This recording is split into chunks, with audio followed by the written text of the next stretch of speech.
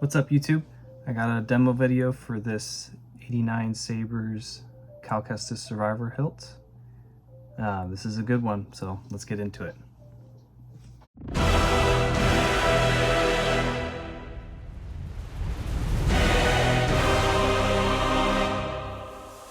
But there's one feature that I really like about this that makes it really unique. So let's go ahead and get into it. I'll start with the outside of the hilt and then move on in and kind of show off all the functionality and everything and how to use it properly and all that good stuff. So let's start with the pommel. Nothing really that I did other than, weathering it with aluminum black. You've got some sound venting down there and it is weathered. And then in this lighting, let's see if I can change the shade so that it's a little more visible. It's kind of hard to see, but if you can kind of tell, there's a little bit of a brownish tint down here, and then it kind of fades to black up there. I found this little kit from my local hardware store. It's supposed to be like this whole 3-step process to do like a little bit of a rust finish. It came out kind of cool.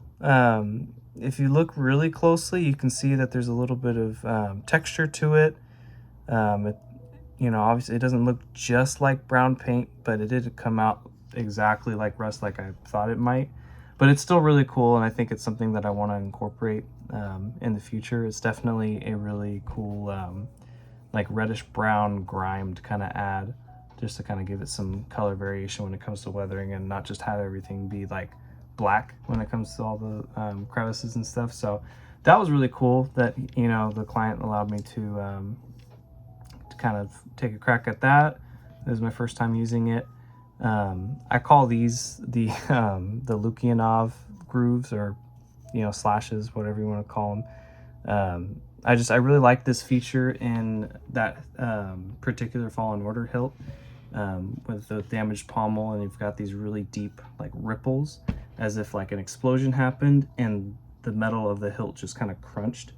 So I really like that, and I like to kind of incorporate that on some of the Kestis hilts that I do. And then moving on up, just matte black spray paint that I beat back with some sandpaper a little bit, and then I did this little chassis exposure right here. This was a suggestion by the client. Like I said, he had a lot of really cool ideas, and overall this was kind of a really unique and cool weathering that came out. But he wanted a little bit of lighting to be exposed down here. So you can kind of see there's some grooves and cracks and everything, so that's pretty cool. You can kind of see the chassis underneath. And then moving up, just some various, I don't know if you can kind of see that, but there's little scratches here and there. Some deeper, some not so deep. Just try to give it as much variation as possible. That's obviously aluminum blacked. And then up here around the buttons, left it a little more weathered. And then that little copper-ish ring in there, that's also weathered. And then I added the little pieces that the kit comes with right there and here as well. They're just like double-sided tape, I think, is what held these little pieces in. So if they come out, you could always take that tape off and add some sort of adhesive. So it's no biggie there. And it's the same thing with these pieces. This is your main button, this is your auxiliary, and then one kind of option that you have with this hilt is exposing these vents or having them closed. There's like an extra little piece, and that'll be in your box as well. So we decided to go with them open with the crystal showing, and that was kind of something I think you just kind of allowed me to do. I'm not sure if that was a suggestion that you had from the beginning, but the exposed crystal looks really cool. That's one of the highlights of this particular model hilt, is the fact that you can do that or not. It comes with the piece that kind of fills those in, so that's really cool. But yeah, moving on up, the shrouds are something that has a lot of unique features. One side you have like a saber slash, so that's really cool. You don't see it a lot, I don't think, like to this degree, but it is a little bit unique, so that's cool. That was just some Dremel work to accomplish that, and some aluminum black. And then on the other one, you wanted a blaster hole, which I've seen that done quite a few times, but it's not super common. So that was really cool to be able to have a crack at that. This was my first time doing that. So let me see if I can get the angle right here. You can see that there's kind of some scratches that go away as if something hit it, and obviously. But yeah, that was really cool. That was really fun to do.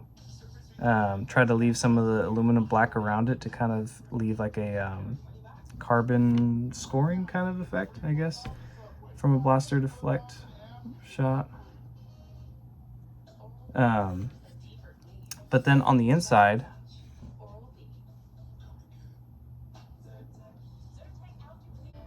sorry, those YouTube ads came on. It was pretty annoying. But yeah, we were just talking about that blaster hole right there. And then some various, scratches and dings all throughout. And then one of the things that we did with the saber that I really liked a lot, actually one thing I forgot to mention too was I did do some gouges like that. And one over here, I think there's more. Yeah, another couple. But one thing that I really liked, which I really want to be able to capture this on camera, is a heat stain that I did with airbrushing, obviously, because this is aluminum, so you can't actually heat stain it. But he wanted it on the inside of the shrouds, which, to my knowledge, I don't think I've seen anybody do. And I'm not even gonna, obviously take credit for the idea. This was the client's idea. I wasn't even sure that I was gonna be able to do it. But luckily with this hilt, the shrouds are like removable in a pretty frustrating way. You got to stick the Allen down this way, and it's a whole little ordeal. But luckily you can fully remove them, and I'm able to get out the inside and heat stain it with an airbrush. But it turned out really cool because we did the heat stain from the center out. Usually you'll see it up that way, but we did from the center out, and I think it's really cool. So let me see if I can show that off here. You can kind of see it. Let's see if I can get this angle right. So there you can kind of see the middle is like a yellowish color, and then it goes to purple, and then to blue towards the edge. Let's see if I can angle that. Yeah, you can kind of see that there, and it's on the other shroud as well. And I did it with like a metallic kind of paint, so when you look at it, it's got a little bit of a shine to it. It is clear coated with matte, so it's a good balance between metallic and then dulled back, but I thought that looked really cool. You can kind of see it there as well. But yeah, as far as the outside, that's pretty much it, I think. Yeah, so let's get on to the inside. So you don't really ever need to take the pommel off. You'll be just accessing the chassis from this grip section. Now for this chassis, you had me do a couple things. It just slides right out. It's got a Smuggler's Outpost PCB up top. But you had me do a couple things with this. So let me, usually when I take the battery out, I just kind of give it a little light bump like that, and it'll pop out. But you had me do a couple things with this. One is you wanted a kill switch, you wanted a CFX board, you wanted a crystal chamber, you wanted it to be removable, and you wanted some accent lighting, which we have in here. That's what's visible through the hole in the grip, which I'll show that in a second too. Inside the battery cradle, spring side is your negative. I've got some greebly work on each side, various colors of rub and buff. Got my little logo right there, painted these little triangles, and then there's the crystal chamber. And the quartz crystal itself is like a light blue dyed quartz crystal, so it shows up in blue really well. And it's kind of cool that you can kind of see that it's a blue crystal, but every other color shows up really good too.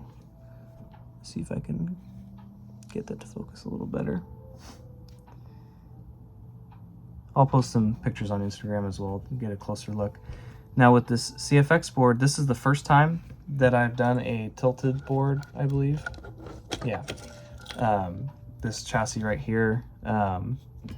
This one happens to be for Mortis FM, if any of you know his podcast, YouTube channel and everything. Super cool content. If you're a nerd like me and you want to listen to people talk about Star Wars, that's a place to go. But he also commissioned me to do a little katana saber for him, and that one I happened to have to do a tilted board, but this is the first one, so this was like the learning experience for me doing this for the first time. And then I went to implement that again, and I really like it because it saves space. It allows really easy access to your SD card. So boom, just with your fingers, you don't even have to pop the board up at all. If you ever did have to get to your micro USB, you would have to pop the board up. It is just pressure fit in there. I think I did use a little bit of E6000, so you may have to reapply some adhesive when you're putting it back down. But yeah, you got your kill switch. When you're looking at it like this, that way is off, that way is on. You got a 28mm Smuggler's Outpost speaker at the bottom. And that is pretty much it for the chassis. The rest of the components are in here. You got your power, you got your auxiliary, and you got the other end of those pins that you can actually see. Yeah, let's go ahead and fire this thing up. Spring side being your negative, you want the flat side of the battery down. This is a Saber Bay wrap on there. I thought it looked really cool with this one. So you put it in, you're not going to hear anything until you flip your switch. I'm a cow. I did put a Survivor font on here just to demo it because you have to. So I think when you're putting it in and you want the light showing through the grip, you actually have to put it with the board facing the auxiliary switch side. So you're gonna put that in with the logo facing you, just centered. And I've noticed that sometimes when you put this grip on, it likes to tighten up towards the end and spin the chassis a little bit. So what I like to do is once you thread the grip on, sometimes it'll spin the chassis a little bit, so then when you turn it on, sometimes the lighting isn't gonna align properly. So what I like to do is take some sort of, long object like that, and there's one side of this crystal chamber that has a more thicker portion to it. You can actually kind of just gently twist the chassis by pushing on that piece, and you can get it to align properly. Sometimes I notice when you do that, it seems like the pins don't line up, so what I like to do is just pull it out, push it back in, and usually you'll be good to go. Just like that. So that's showing through there. Turn that off. You got your crystal, looks really cool. Good amount of shine through there. And then you've got your blade plug, which I will include with the Saber as well. And then I did put gesture controls on. It's a twist off with the Saber pointing down, and that's for on as well.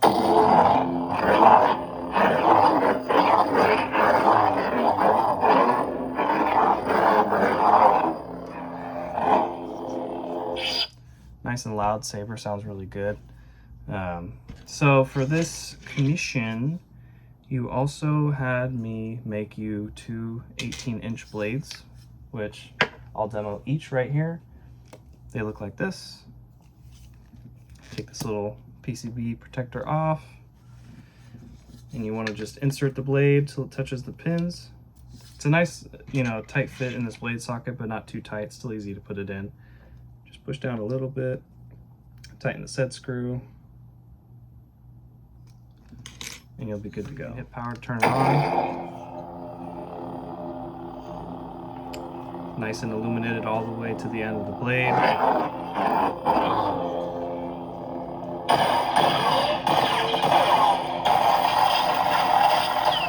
You hold auxiliary for lockup. Press for blaster deflects. And then then you can hold auxiliary and swing immediately after to do quotes. Or force sounds, whichever the font has. Double click for music.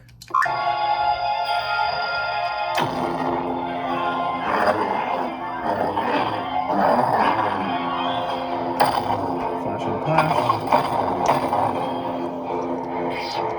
All the good stuff. Let me do maybe blade color change.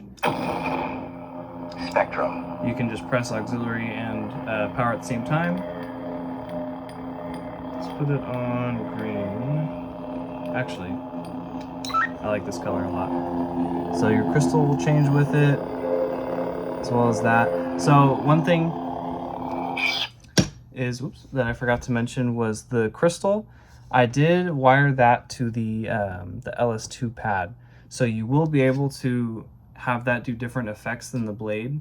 And these down here are actually wired in line with this. So the blade and this are, you know, like the main blade off of that first data pad, and the crystal chamber alone is on that second one.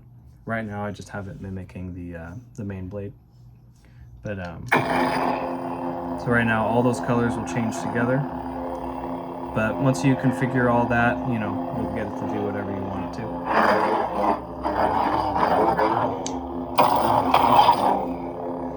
Let's do one more color. Spectrum. Oh, and there is that Kestis user interface pack on there as well. Super cool.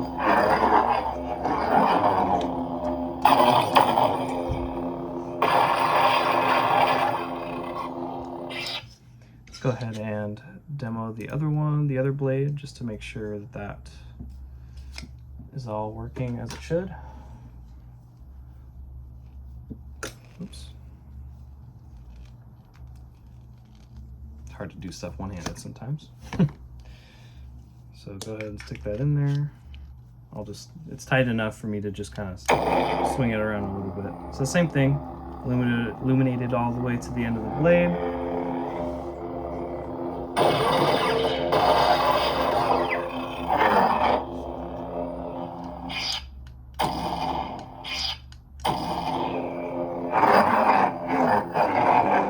This one looks really cool in yellow. Yeah, yellow. It's one of my favorite colors for sabers, actually.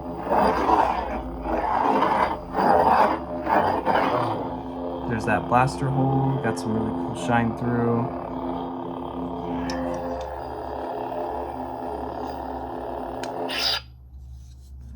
So let me I'll pull out that chassis and show that by itself lit up.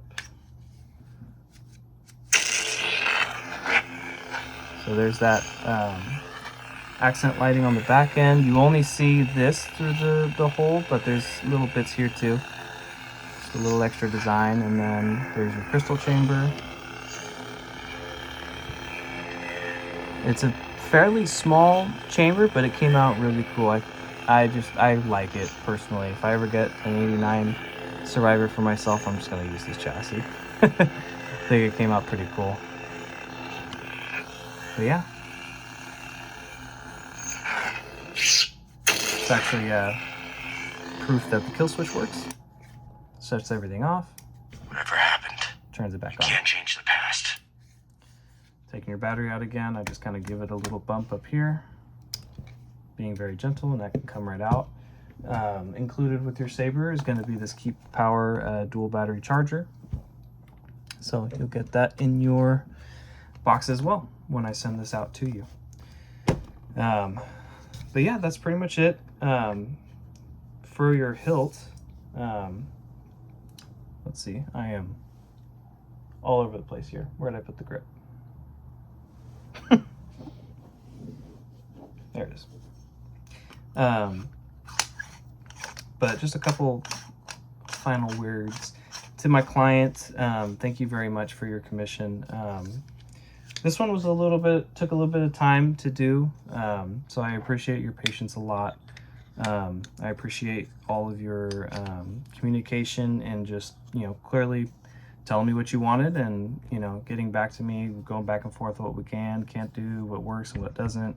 it was just overall a really good experience. I love working with clients in that way, to where we can get you a saber that you're really happy with and have just an overall fun experience. So that's honestly why I make sabers. It's not for the money at all, really. That's more of a bonus. For me, I really just love working with people. I love making a FX prop replica, I guess, if you will.